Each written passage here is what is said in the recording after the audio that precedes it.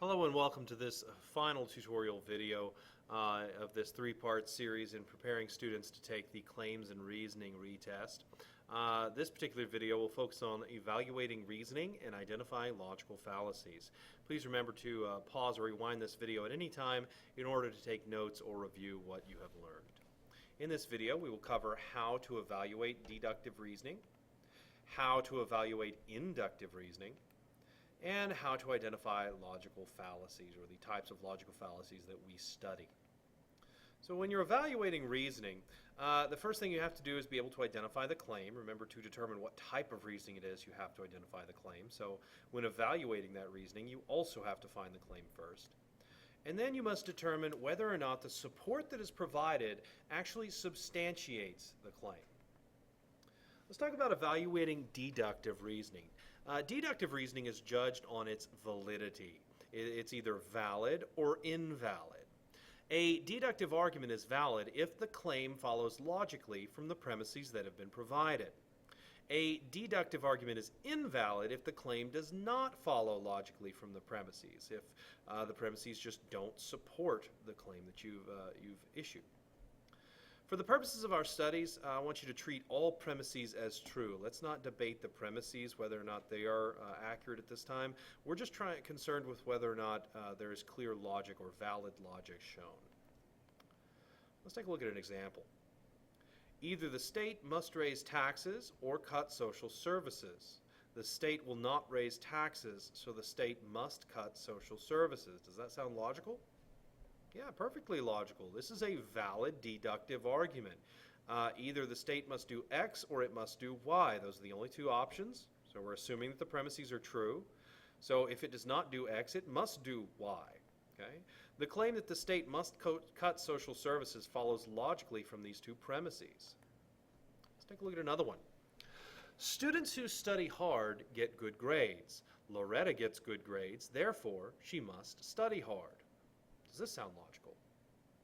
A lot of students might say yes, but in fact, this is illogical. This is an invalid deductive argument, because guess what? The claim that Loretta must be a good student does not necessarily follow from the two premises. Look, the premises are that students who study hard get good grades, and that Loretta gets good grades.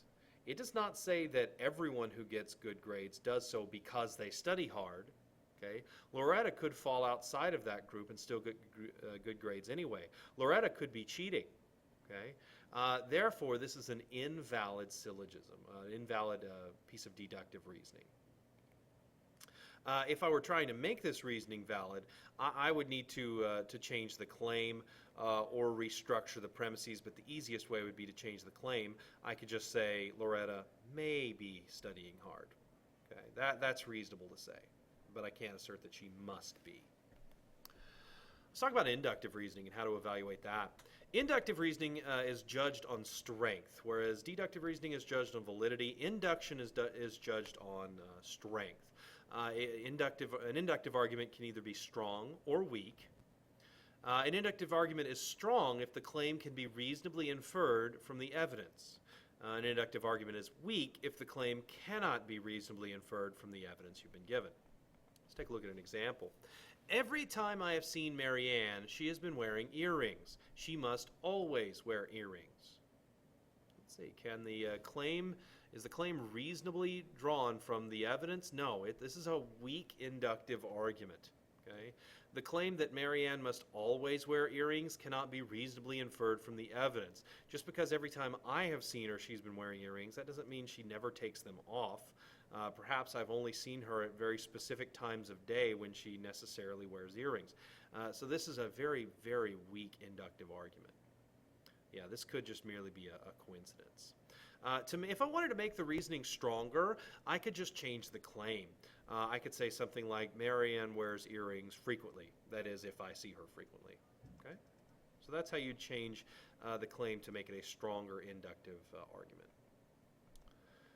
Let's take a look at another one. The sun has risen every day for the last 4.5 billion years. Therefore, the sun will likely rise tomorrow. Interesting. This is a much stronger claim. because unlike in the previous example, I have a much broader basis of examples. I have, every day, 365 days times 4.5 billion, and so that's a lot of occurrences to draw from. The claim that the sun will likely rise tomorrow can be reasonably inferred based on how many times it's happened in the past, which is every single day for the last 4.5 billion years. Let's take a look at deductive and inductive arguments side by side, how to evaluate them. When we judge deductive arguments, we judge them on their validity, whereas when we judge inductive arguments, we judge them on their strength. Deductive arguments are called either valid or invalid, while inductive arguments are either strong or weak. You cannot call an inductive argument valid. You cannot call a deductive argument weak. It's just the improper terminology. Finally, deductive arguments, we base our judgments on whether or not the claim follows logically from the premises that have been given. Inductive arguments we judge based on whether or not the claim can be reasonably inferred from the evidence. Now let's switch gears and take a look at logical fallacies, kind of an extension of evaluating reasoning. When an argument is either invalid, deductive, or weak, inductive, the reasoning is considered fallacious.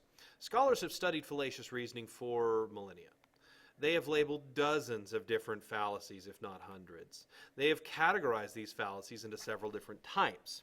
But for our class, we study just 3 different basic types of fallacies, and they're the most common that you see in the stuff that we read.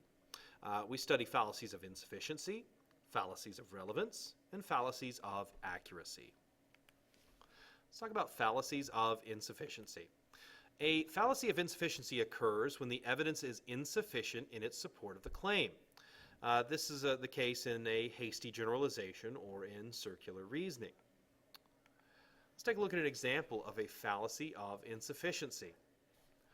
Momofuku Ando, I hope that's how that's pronounced, Momofuku Ando, the inventor of instant noodles, died at the age of 96. He said he ate instant noodles every day, so instant noodles cannot be bad for your health. A lot of you can kind of hear that that is not correct reasoning. This is what we call a hasty generalization. We have jumped to a conclusion too hastily.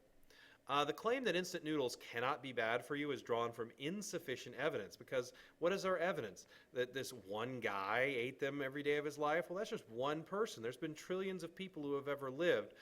Who's to say that it wouldn't affect the other, 99.999 repeating percent of people who have ever lived? So yeah, the life of just one man who ate them every day is not enough evidence to infer that everyone can eat them every day and still live to be, 96 years of age. Yeah, the argument would need to provide a much larger base of support to prove that claim that instant noodles cannot be bad for your health. We need a lot more people than just one guy. Let's take a look at another one. Australian rules football is the most exciting sport in the world because of all the exhilarating action. This is one that might slip past a lot of people, but this is actually a fallacy of insufficiency. This is circular reasoning. The claim that Australian rules football is exciting is drawn from very insufficient evidence, that evidence being that it is exhilarating, which is the same thing as exciting. This argument is basically saying that Australian rules football is exciting because it is exciting. It's circular reasoning. It's just rewording the claim as part of the support. This argument, again, just rephrases that claim and calls it support. We would need to actual evidence to support whether or not this is, or to support that this is the case. Let's talk about fallacies of accuracy. A fallacy of accuracy occurs when the evidence is either intentionally or unintentionally inaccurate, or when the claim is inaccurately drawn, either intentionally or unintentionally. This is the case in the either-or the straw man fallacies. Most often, fallacies of accuracy occur when an argument misrepresents an opposing side or oversimplifies a complex issue. In the case of authors who make fallacies of accuracy, they are most likely trying to attempt to manufacture some scenario in which his or her argument will be more successful. That is why you create either-or straw man fallacies. Let's take a look at some examples of fallacies of accuracy.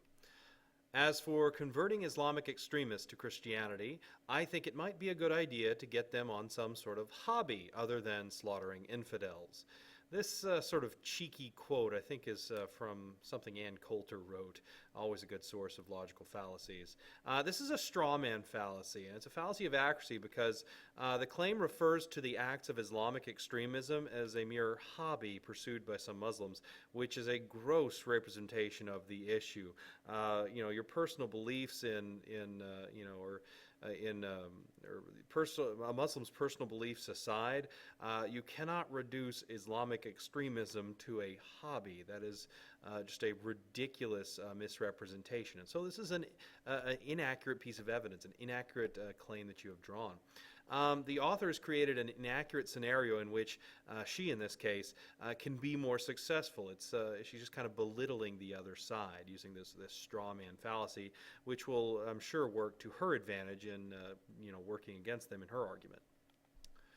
Here's a classic one, another fallacy of accuracy. This classic war poster from the 1940s, from World War II, when conserving gasoline was really important for the war effort. It says, when you ride alone, you ride with Hitler, implying that either you save gas or you support Hitler in some way. This is a classic either-or fallacy.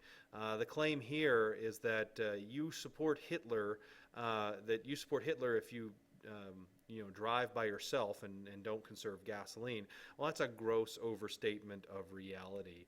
The author has reduced this very complex issue of conserving gasoline for the war effort to this ridiculous black and white scenario.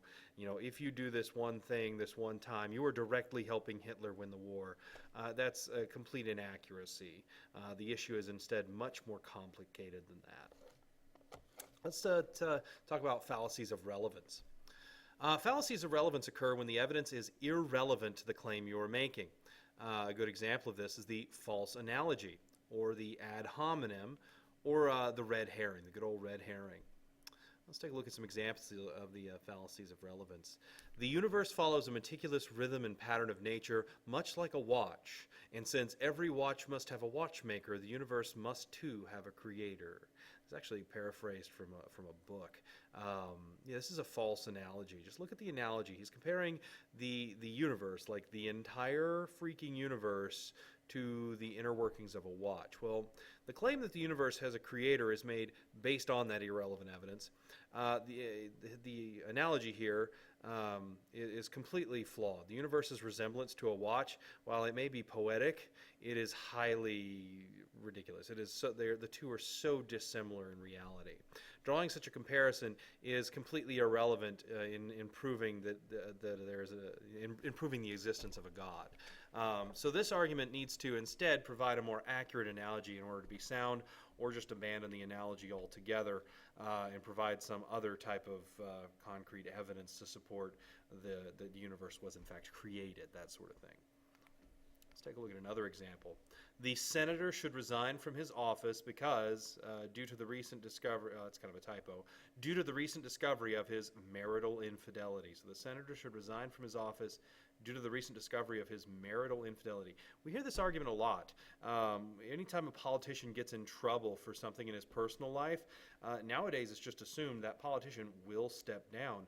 Most recent example, Anthony Weiner, doing a heck of a job as a congressman up there in New York, but he gets into one scandal, and it's presumed that he has a mistress or he's doing something inappropriate in his personal life, and boom, he resigns. But in reality, this is an ad hominem fallacy. Saying someone should resign because of some personal, misstep is ridiculous. The claim that the senator should resign is made based on this irrelevant evidence because his being unfaithful to his wife, while despicable, has little to do with his ability to work as a successful legislator. Making such a remark is purely political and has little to do with any rational thinking at all. This argument needs to provide a legitimate reason why the senator should resign from his job, such as, if he took unlawful bribes, or if he just, if he wasn't working for his constituency, for crying out loud, then maybe he should resign. But, personal problems at home, that's not a good enough reason for a professional to resign. Let's take a look at another fallacy of relevance. You cannot find my client guilty of embezzlement. He has a family, a wife with Huntington's disease, 3 young children who will be growing up without their mother and now maybe without their father. We hear this sort of thing a lot in courtroom dramas. This is a total red herring. The claim that the man should not be found guilty is made based on completely irrelevant evidence. This is just a kind of an emotional appeal, an abusive emotional appeal. His family's dire situation is tragic, yes, but you cannot use that to when trying to determine whether or not he committed a crime. It has nothing to do with the commission of a crime. Making such a remark is designed to emotionally manipulate the jury. This is what we call pathos abuse. This argument needs to instead provide legitimate reasons why the man shouldn't be found not guilty of embezzlement. Until then, just using this type of evidence is completely irrelevant. All right, let's look at some more practice fallacies and see if we can identify them. I remember this one. Bill Clinton has no experience of serving in the military. To have Bill Clinton become president and thus commander-in-chief of the armed forces of the United States is like electing some passerby on the street to fly the space shuttle. And this isn't a direct quote, but I remember this argument being made back in '92 during the presidential election. Let's see. Logical fallacy. It's definitely fallacious. What do you think? It's a fallacy of relevance. Yeah, this is one of those faulty analogies. The claim that Bill Clinton would make a poor commander-in-chief is supported by an irrelevant comparison. You can't even, Bill Clinton becoming chief is not anything like picking someone random off the street to fly the space shuttle. Someone off the street has no experience, could not possibly begin to fly the space shuttle. Bill Clinton, although he didn't have armed forces training, still had been a politician for a very long time. This is a false analogy fallacy because the two things being compared are so dissimilar to one another. Okay, and faulty analogy fallacies, the evidence is irrelevant. This argument would need to make a more accurate analogy, or instead just provide some direct support as to why Bill Clinton is incapable of being commander-in-chief. Here's another one. My brother was killed by a drunk driver when he was 15 years old. The United States should ban the sale of alcohol. Yeah, reasoning's not good there. What do you think? Yeah, that's a fallacy of insufficiency. There's not enough evidence here. The evidence is relevant, but there isn't enough of it to support the claim that alcohol should be banned everywhere based on this one case. This is a hasty generalization fallacy because using one drunk driving fatality, while it's tragic, is not enough to merit banning alcohol altogether. In fact, the U.S. already tried to do this back in the 1920s without any success. This argument needs to provide more evidence, more instances of drunk driving fatalities, other examples that support the dangers of alcohol on a broader scale before we can even remotely consider this claim reasonable. Here's another one. Marijuana should remain prohibited because too many young people are wasting their time getting high instead of investing in their futures. They are also running a high risk of contracting liver disease if they drink at an early age. It's that last little bit that is really messy. This is a fallacy of relevance. What's that last little sentence really doing? Well, that's just a whole new topic. It's like you're trying to support something about marijuana with some completely unrelated detail about drinking. Well, the two have nothing to do with one another in this case. The claim here is supported by one idea that is somewhat reasonable, that is, that many young people are wasting their time, etc. But the other idea about young people who drink underage that have a high risk of or liver disease, that has nothing to do with why marijuana should be prohibited.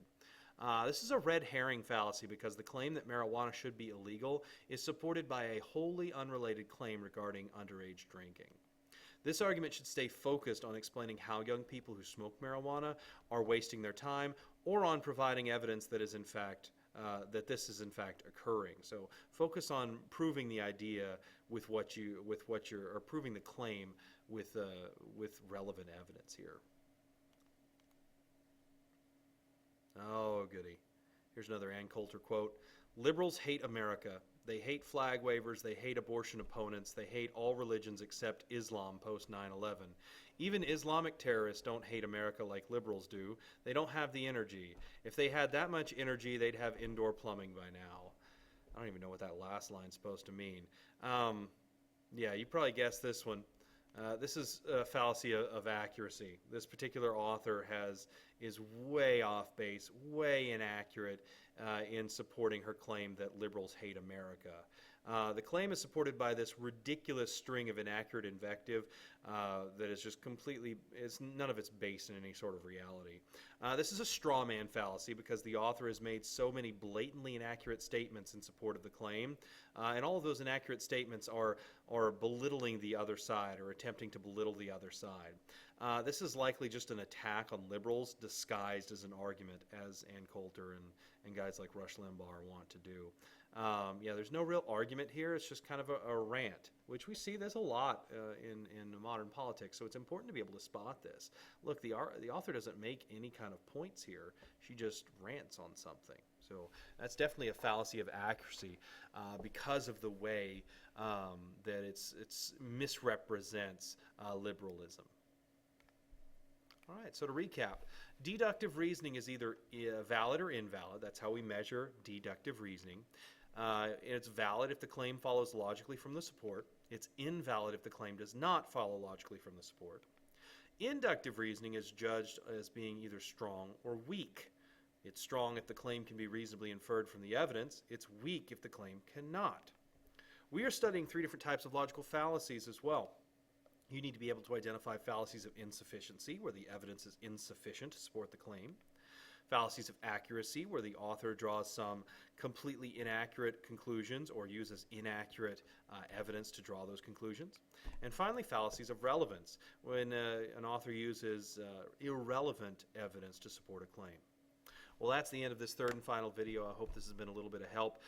Please remember that you must complete your retest review and turn it in before you can take the retest. Just bring your completed retest review to the retesting session.